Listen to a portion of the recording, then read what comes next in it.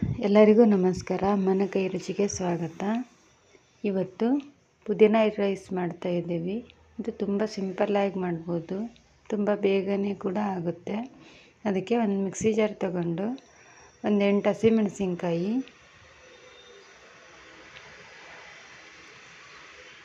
ಮತ್ತು ಒಂದು ಅರ್ಧ ಕಟ್ಟಷ್ಟು ಪುದೀನ,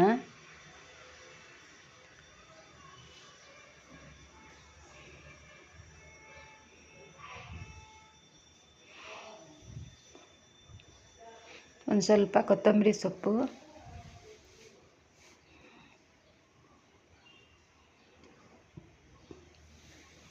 ಒಂದು ಇಂಚು ಶುಂಠಿ, ಒಂದು ಗೆಡ್ಡೆ ಬೆಳ್ಳುಳ್ಳಿ ಹಾಕಿ ಸ್ವಲ್ಪ ನೀರು ಹಾಕಿ ತರಿತರಿಯಾಗಿ ರುಬ್ಕೋಬೇಕು.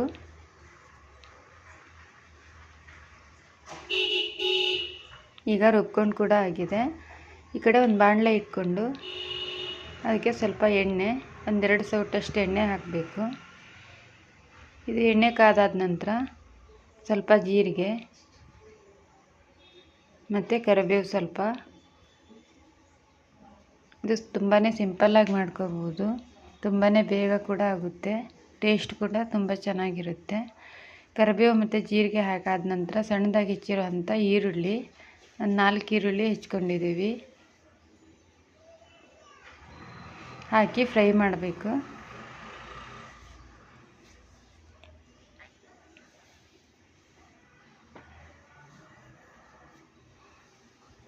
ಈಗ ಅದು ಫ್ರೈ ಮಾಡ್ಕೊತಾ ಇದ್ದೀವಿ. ಈಗ ಫ್ರೈ ಕೂಡ ಆಗಿದೆ. ಇನ್ನೊಂದು ಸ್ವಲ್ಪ ಫ್ರೈ ಆಗಬೇಕು. ಈಗ ಅದು ಫ್ರೈ ಆಗಿದೆ. ಅದು ಫ್ರೈ ಆದ ನಂತರ ರುಬ್ಕೊಂಡಿರೋ ಅಂಥ ಮಸಾಲೆ ಪುದೀನ ಪೇಸ್ಟ್ ಎಲ್ಲ ಹಾಕಬೇಕು. ಹಾಕಿ ಅದು ಹಸಿ ವಾಸನೆ ಹೋಗೋವರೆಗೂ ಫ್ರೈ ಮಾಡ್ಕೋಬೇಕು.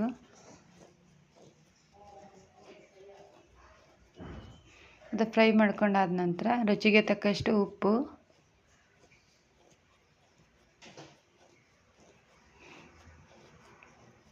ಮತ್ತು ಒಂದು 1/4 ಚಮಚದಷ್ಟು ಸಕ್ಕರೆ ಹಾಕಬೇಕು.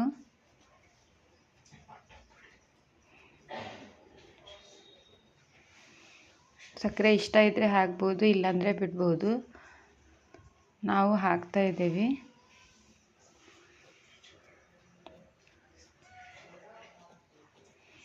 ಸಕ್ಕರೆ ಹಾಕಿ ಮಿಕ್ಸ್ ಮಾಡ್ಕೋಬೇಕು. ಅದು ಈಗ ಮಿಕ್ಸ್ ಕೂಡ ಆಗಿದೆ, ಹಸಿ ವಾಸನೆ ಕೂಡ ಹೋಗಾಗಿದೆ. ನಂತರ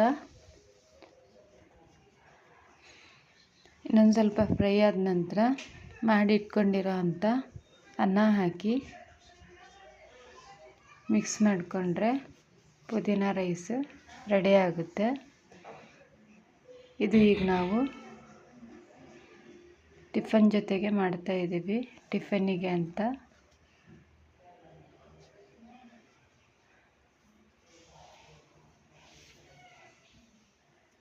ಇದು ಲಂಚ್ ಬಾಕ್ಸಿಗೆ ಕೂಡ ಹಾಕಿ ಕಳಿಸ್ಬೋದು. ಈಗ ಪುದೀನ ರೈಸ್ ರೆಡಿ ಆಗಿದೆ. ಈಗ ಸರ್ವಿಂಗ್ ಪ್ಲೇಟ್ಗೆ ಸರ್ವ್ ಮಾಡೋಕ್ಕೋಸ್ಕರ ಸರ್ವಿಂಗ್ ಪ್ಲೇಟ್ಗೆ ಹಾಕ್ತಾ ಇದ್ದೀವಿ.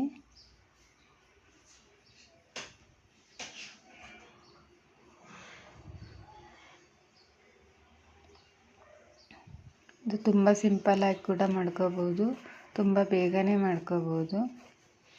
ತುಂಬಾ ಹೆಚ್ಕೊಳೋದು ಇದು ಅದು ತುಂಬ ಕೆಲಸ ಇರಲ್ಲ. ಈಗ ಪುದೀನ ರೈಸು ರೆಡಿ ಆಗಿದೆ.